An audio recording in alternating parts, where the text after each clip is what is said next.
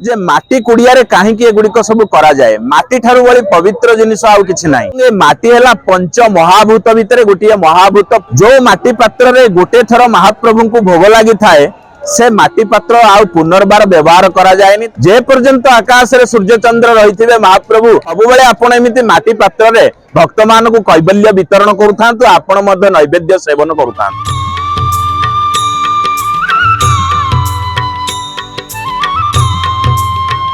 श्रीमंदिर सत्य त्रेतया द्वापर कली चारि जुग पूर्व ए मंदिर विद्यमान। आमर इतिहासकार माने कहती जे द्वादश शताब्दी ये मंदिर अर्थात आज की 800 वर्ष तलर मंदिर किंतु ताहा नुहे। ये मंदिर इते प्राचीन जे तार प्राचीनता को जदि आमे वर्णना करबा को जिबा ताले त्रेतया जुगरे प्रभु रामचंद्र आसी महाप्रभु को दर्शन करिसंती। द्वापर जुगरे अर्जुन सखा अर्जुन सहित कृष्णचंद्र आसिक भगवान कृष्ण आसिक जगन्नाथ को दर्शन करिसंती। सेथिपई जगन्नाथ महाप्रभु को इक्ष्वाकु कुलर देवता बोली कुआ जाए। ये चारि जुगर ठाकुर एठारे नीला करुचंती। सारा विश्व ब्रह्मांडर मालिक शंखनाभि मंडल श्रीवत्स खंडशाल एठी प्रत्येक जिनिस गोटे वैचित्र्यता देखा मिले। अत्यंत विचित्र ये क्षेत्र अनेक विचित्र रुचि महाप्रभुंकर रही। तेणु माटी कुड़िया जो महाप्रभु को नैवेद्य जो महाप्रसाद जो भोग बढ़ाऊँच माटी कुड़िया रोषशाल पाक द्रव्य गुड़िक रंधा कार्य ये गोटे देखा जिनिस जे माटी कुड़िया कहीं एगुड़िक सब करा जाए माटी ठारू बड़ी पवित्र जिनिस आउ किछि नाही। महाप्रभुंकर प्रत्येक द्रव्य अत्यंत सात्विक 100 ରୁ 100 शतकड़ा सात्विक भावापन्न बोली कहा जाए। जमिति गीतारे वर्णना करा जायछि राजसिक तामसिक एवं सात्विक पदार्थ। महाप्रभुंकर प्रत्येक पनीपरिबा कहंतु प्रत्येक प्रकार जिते सब तंकर अंग वस्त्र ठू आरंभ करिकरी रंधन क्रिया ठू आरंभ करिकरी सब किछि रे सात्विकता भरी रहिछि। एवं ए माटी हैला पंच महाभूत भितर गोटे महाभूत पृथ्वी महाभूत। जमिति कि आम शरीर निशेष हेले प्रत्येक जिनिस ए माटी ही ताको आवरी नै थाए। तेणु माटीर जेतेबेले ताकू कुड़िया प्रस्तुत करा जाय थाए कुंभकार बोली जने सेवक अछंती 118 प्रकार सेवायतंक भितर कुंभकार निजोग रही।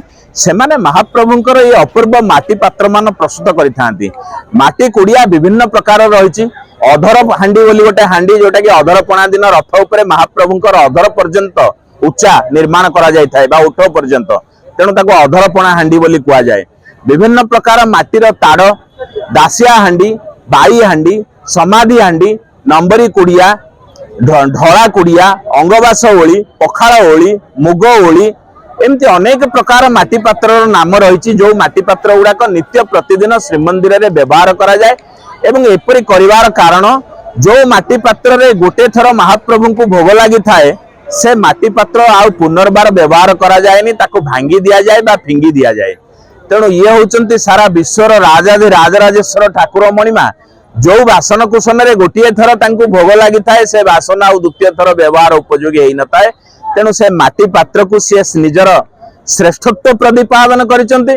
जदियो महण महण सुना सुना थाली रे महाप्रभुंकर सकाळ धूप खेचड़ी पूर्व काल रे भोग लागुतला आजिका दिन रे तार सुरक्षा दृष्टि ता भंडार घर भितर रही पितल बा कंसारे महाप्रभु सेवन करुचंती। किंतु माटी पात्र रे नित्य प्रतिदिन महाप्रभु नैवेद्य ग्रहण करिथांते।